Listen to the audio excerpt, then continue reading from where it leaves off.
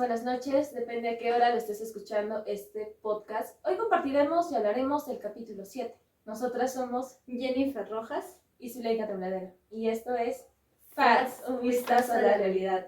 En el anterior capítulo se hizo un profundo y largo análisis sociohistórico sobre las consecuencias y efectos del modelo económico neoliberal en la infancia y también en la familia. También se analizó sobre el origen del capitalismo salvaje, los gobiernos autoritarios y antidemocráticos, y también sobre todo las dictaduras militares. Asimismo, sobre el proceso de transición democrático, conservadora y tutelada de la década de 1980. Sin más preámbulo, damos inicio con este nuevo episodio que se centra en la revolución de las políticas públicas para la infancia. Para entender el tema, empezaremos hablando sobre la situación en nuestro país y su evolución con el pasar de los años. En el Perú no existe la política social como política pública, sino existen conglomerados de políticas sectoriales y programas que no están orientados al desarrollo de las capacidades y habilidades en la infancia, ya que las políticas económicas invierten y las políticas sociales ejecutan, jugando un rol importante, pues el Estado social y democrático busca el bienestar de las personas valiéndose de las políticas públicas.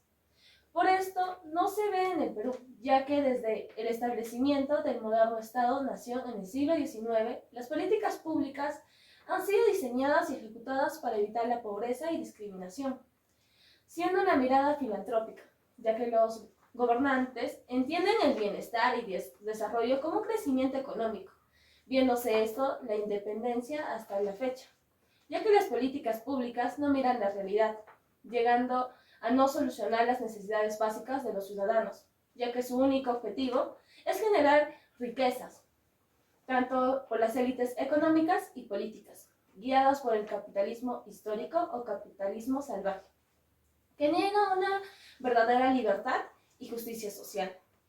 Es así que para hoy 2002 nos dice que las políticas públicas en el Perú deben tener el objetivo de elevar el bienestar de todos los miembros de la sociedad para mejorar el bienestar y la calidad de vida, dado que a pesar del crecimiento económico no se mira una estrategia para un mayor desarrollo, por el simple hecho de la confusión entre un crecimiento económico y desarrollo humano, siendo esto un desafío para el Estado.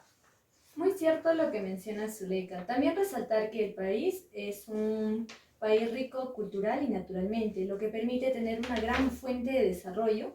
Sin embargo, ¿cómo explicamos que las políticas públicas no han favorecido a este grupo vulnerable? Pues básicamente se debe a que el Estado no le ha prestado la atención que esta problemática requiere. Como dice Lynch en el año 2014, este es el precio del destino negado del Perú, donde las mayorías silenciosas han sufrido y hasta la actualidad sufren de la inestabilidad económica, de la inestabilidad política y también de la inestabilidad social, impidiendo así que las infancias gocen del bienestar y sobre todo de un buen desarrollo. En este punto también es necesario resaltar que la política económica se encarga de financiar a la política social. Es decir, no solo se necesita de estabilidad económica, sino también de un crecimiento sostenible y equitativo.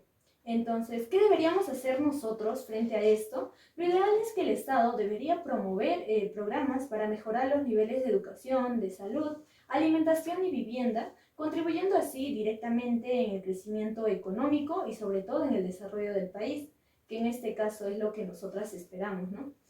También, por otro lado, somos conscientes de que existen o se limitan las políticas públicas a favor de la infancia, pero ¿cómo empezamos a erradicar esta problemática? Lo primero es que deberíamos identificar la desigualdad y pobreza que a diario se encargan de disociar a la familia, tanto de la ciudad como también del campo. Y sobre todo deberíamos cambiar esa idea que hasta la actualidad se mantiene, que el pobre es pobre porque quiere. Pues en este aspecto está relacionado directamente con la condición económica que cada grupo de familia presenta, que en muchos casos los niños están condenados a una vida miserable y precaria e incluso la muerte prematura, a consecuencia de las ineficiencias de las políticas propuestas por el Estado y la falta de oportunidades laborales de sus padres. Mencionar también que en otros países se prioriza la educación de los niños e incluso las escuelas públicas brindan una mejor calidad educativa a comparación de las instituciones particulares. Aquí mencionar el por qué no podemos surgir, porque el Estado nos impone un sistema educativo mecanizado en la que el niño no es capaz de desarrollar sus habilidades y solo acceden a la educación aquellos que tienen posibilidades económicas. Concuerdo contigo, desde la colonización las políticas económicas y sociales no surgieron como respuesta a la explotación y dominación, sino surgieron para mantener la explotación y dominación de los indígenas, negros, mestizos y cholos, pues las políticas económicas se basaban en la explotación de la mano de obra gratuita y las políticas sociales ayudaban al pobre con programas sociales asistenciales, ya sea desde el Estado o la Iglesia, para aliviar la pobreza y la desigualdad de millones de niños, adolescentes y familias de la costa, del Ande y la Amazonía. Pues desde el siglo XIX las políticas sociales fueron hechas por el Estado y la Iglesia, que financian y producen y regulan los servicios sociales orientados a los grupos vulnerables, ya que al tener dificultades, el Estado oligárquico delegó responsabilidades a la Iglesia para hacerse cargo de las instituciones educativas y de la salud. Estas se dedicaron a atender y socorrer y asistir a los pobres, siendo su objetivo en aliviar la pobreza, teniendo la ayuda de personajes que tenían dinero y poder económico. A partir de tu comentario, mencionar también que sobre las ineficiencias de las políticas públicas, ¿no? Referente a la exclusión, que se viene suscitando desde los siglos XIX y desde los siglos XX, pues el Estado oligárquico buscaba civilizar al indio o negro, como los llamaban en ese entonces, con la finalidad de hacer de ellos una gran fuente productiva y mano de obra gratuita, a costa de su propio beneficio, como ya lo has ido mencionando.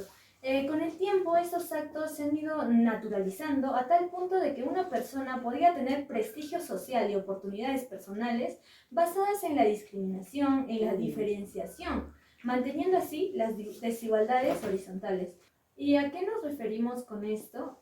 Aquellas desigualdades existentes en diversas dimensiones, tal como en lo económico, en lo social, en lo político y sobre todo en lo cultural, aquella que se representa por los grupos definidos culturalmente. En el libro también nos menciona que en esos tiempos existían personajes que justificaban tales abusos de poder sobre los indígenas, además de mencionar que las desgracias de nuestro país se debían a la existencia de los mismos, a los que se les debía preparar únicamente para laborar en producir riqueza. Esta idea es errónea y se refleja también en la creación de políticas tanto económicas y cómo éstas deben servir para la acumulación de ganancias a cambio de políticas y programas sociales asistencialistas, como también ya lo he ido mencionando. No se puede negar de que esta situación se presenta también en la infancia, en este grupo tan vulnerado y excluido por el Estado. Por otro lado, también mencionar, ¿no?, cómo la infancia se ha visto incluida en aquellos movimientos sociales que han surgido a consecuencia de esta problemática.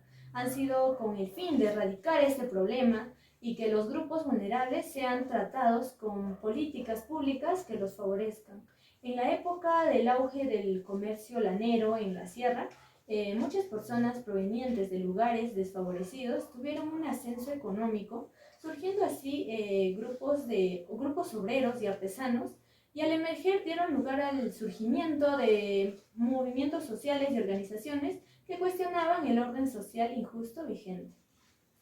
Muy importante lo mencionado. Asimismo, a través de las ideologías anarquistas y libertadoras, en 1905, encabezado por los panaderos de la Federación de Trabajadores Estrellas del Perú, se dio las huelgas y protestas en todo el país contra toda reforma de explotación y dominación, siendo su objetivo terminar con la explotación económica que oprimía a los trabajadores, además de destruir el aparato estatal burocrático manejado por la oligarquía que le interesaba el crecimiento capitalista, sin importarle el interés de los demás, excluyendo a todos los peruanos e indígenas, afrodescendientes, mestizos y cholos, considerándoles incapaces y peligrosos. Por otro lado, actualmente en el siglo XXI, ante un crecimiento económico llamado milagro económico peruano, se pensaría en la solución de problemas que se han ido trayendo siglos atrás. ¿Acaso esto es un falso milagro económico? Ya que solo se mira la incapacidad por parte del Estado de resolver los problemas de desigualdad. pobreza y los altos índices de desnutrición crónica y anemia infantil. ¿Acaso el Estado piensa que dando proyectos estas incertidumbres acabarán? Es cierto que no será así. Según Santos 2014, en las últimas 4 décadas, específicamente en 1970, en el gobierno de Morales Bermúdez y los llamados paquetazos económicos, cual el objetivo era estabilizar la economía y las balanzas de pagos, sacrificando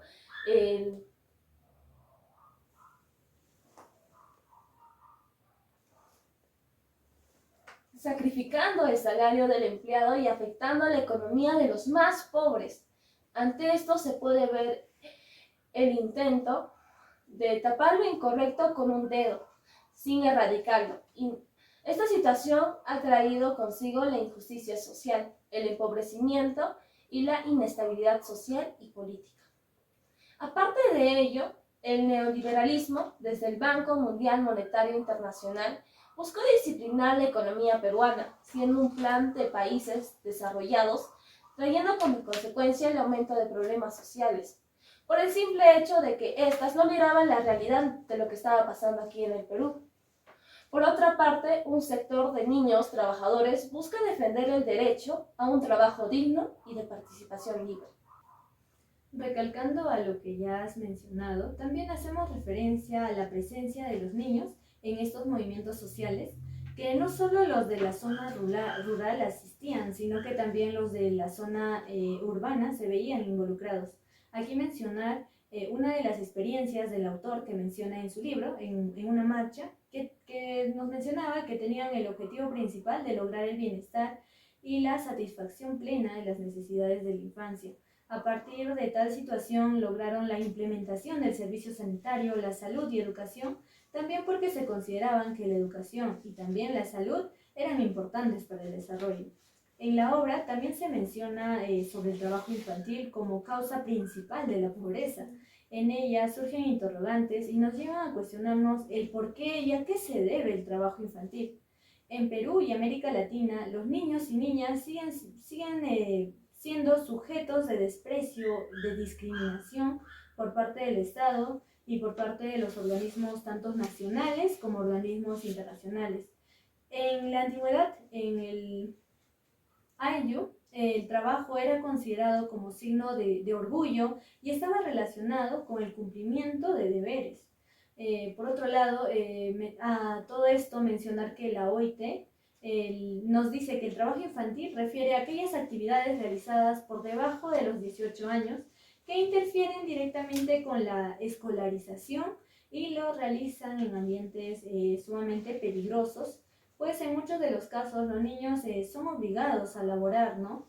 Para solventar los gastos de su familia, respondiendo así a la interrogante de por qué ellos laboran, ¿no? Si son menores de edad. Recalcando lo mencionado, ¿por qué los niños, niñas y adolescentes trabajadores rechazan el discurso de la OIT basado en la porofobia? En lo habitual, la OIT nos afirma y menciona que el trabajo infantil genera y refuerza la pobreza, siendo esta una completa falacia, ocultando la verdadera raíz del problema y de la pobreza, lo cual los gobiernos exigen programas para la erradicación del trabajo infantil. Sin embargo, desde la sociología reflexiva, la realidad peruana es otra, ya que los niños trabajadores son más razonables y maduros, valorando todo aquello que los rodea. En sí el trabajo no es malo, sino las consecuencias y las condiciones que lo llevan a trabajar son equivocadas, puesto que la sociedad, como el gobierno, debe velar por la salud y educación de los miembros más jóvenes sin ser estos explotados. Viéndose así en el Perú, nunca se buscó el bien común ni el desarrollo de las capacidades de los niños y niñas y adolescentes, por el simple hecho que las políticas sociales buscaban aliviar la pobreza con el modelo de derrame y goteo. Esto se puede evidenciar en el gobierno de Alberto Fujimori, puesto que las políticas sociales aumentaron en cantidad, pero no en calidad. Además, se dio el clientelaje político, o sea, regalos, por pequeñas obras en los sectores más pobres. Durante estos 200 años de vida republicana no se ha podido superar estas brechas que impiden el desarrollo por el modelo económico neoliberal que sería el capitalismo, quien excluye al pobre y favorece al más fuerte. En el Perú, la infancia sigue viviendo en un espacio social y también geográfico lleno de inequidades, más aún cuando los padres no tienen acceso a las mismas oportunidades ni capacidades para aprovechar de las escasas ofertas laborales que se presentan actualmente. Época tras época se ha implementado e intentado mejorar también la situación de la infancia, desarrollando las políticas públicas a favor de este grupo vulnerable, ¿no?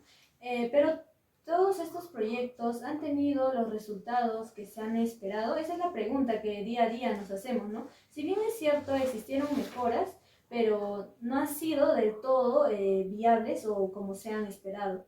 ¿Y qué hace el Estado frente a esto? Pues ignora esta problemática y se centra en el tema económico y su desarrollo, dejando de lado la infancia a pesar de que esta claramente es la base del desarrollo. Por otro lado, un 22 de julio del 2002 se tomó un acuerdo nacional convocado por el expresidente Alejandro Toledo, donde se comprometieron en promover e impulsar 32 políticas de Estado, lo cual mencionaré los más resaltantes. El primero fue garantizar el acceso universal a una educación integral y de calidad, que promueve la equidad del varón y de la mujer. El segundo fue el acceso universal a la salud de forma gratuita, principalmente en las zonas de pobreza y poblaciones más vulnerables del Perú. Pero a través de los años las políticas de Estado se han convertido solo en declarativas, de manera que nunca se han cumplido, siendo incapaces de combinar el crecimiento económico y la estabilidad social para lograr el desarrollo humano, puesto que la educación es un factor clave para el desarrollo humano, desarrollando sus potenciales y habilidades para una vida beneficiosa. En los gobiernos, ante un bajo interés en la educación, hay una baja calidad educacional, abriéndose camino a la desigualdad y a la pobreza. Siempre se ha hablado, ¿no?, de que el objetivo de las políticas públicas ha sido el aliviar la pobreza, más no erradicarla, pues los ejes y los élites de poder siempre van a surgir a partir de esta, ¿no? Se habla también sobre el bien común, la justicia social y el desarrollo nacional, pero siempre tienen intereses económicos de por medio, impidiendo así el buen desarrollo. En el Perú, la desigualdad no ha surgido de la nada ni por un designio fatalista, sino por una desigual acumulación de capital. ¿Puedo repetir esa parte? En Perú, la desigualdad no ha surgido de la nada ni por un designio fatalista, sino por una desigual acumulación del capital. El Estado y su burocracia crean políticas que no atienden a las necesidades de la población infantil. Los programas sociales que atienden casos de vulneración de derechos no se dan abasto debido a que los presupuestos se reducen o se modifican con cada gobierno que van tomando el poder. ¿Qué debería hacer el Estado hacia una revolución de políticas públicas para la infancia?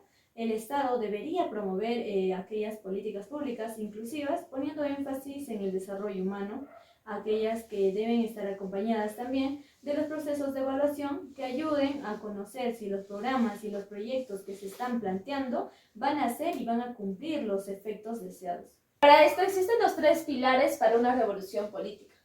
El primero es la generación de puestos de trabajos productivos y sueldos justos.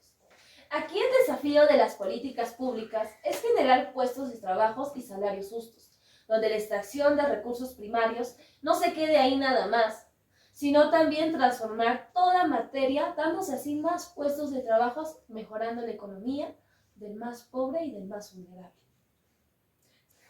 El segundo es la salud integral preventiva promocional para una mejor calidad de vida. Como sabemos, la salud es un derecho humano universal e irrenunciable, pero en las últimas décadas se vio un decaimiento ante esto. Se pide una salud preventiva donde su centro de accionar de centro y fin sea la infancia, para contrarrestar la desnutrición y anemia que no permite o limita un desarrollo intelectual de habilidades y capacidades del infante. Asimismo, en los últimos años se ve un aumento de altos niveles de violencia familiar, intrafamiliar, violencia sexual infantil e incluso feminicidios. Para esto, el Estado tiene que promover una acción social movilizadora para poner frente a esta problemática, actuando desde el primer espacio de socialización, que sería la familia, ya que no solo es dar económicamente, sino brindar vitaminas psicológicas. ¿Y en qué consiste esto?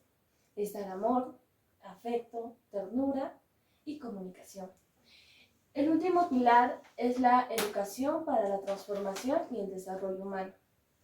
En estos últimos 40 años, los gobiernos tomaron decisiones políticas erróneas cuando se ha tratado de la educación, puesto de que si hay pobreza, atraso, incompetencia y desorientación, es porque todo ello en la colectividad peruana está haciendo esta una crisis. Para esto es necesario tener una educación liberadora para la transformación y el desarrollo humano, construyendo así nuestra columna vertebral para un Estado democrático, brindando servicios de calidad para todos los peruanos, para así también satisfacer las necesidades insatisfechas.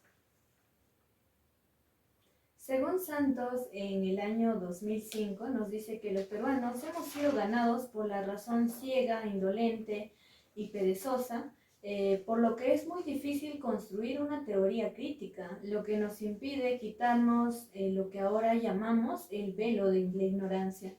Ante ello, es necesario considerar el desarrollo del binomio educación y trabajo al ser la base y fuente del crecimiento. La importancia de este binomio es para la revolución de las injusticias sociales que existen. Entonces, ¿qué alternativas existen para luchar por una educación liberadora para la transformación y el desarrollo humano? Lo principal es la educación, que ayude principalmente al fortalecimiento de su organización, autonomía y capacidad crítica de la comprensión de las problemáticas a la infancia. La revolución de la educación es necesaria y también es posible, pero requiere de la conciencia de cada uno de nosotros como individuos, parte de la sociedad, en la que todos debemos estar sujetos al proceso educativo desde el aprender a conocer, aprender a pensar, aprender a hacer y aprender a convivir, lo cual nos permitirá a conocer la situación actual y cómo deberíamos actuar frente a ello.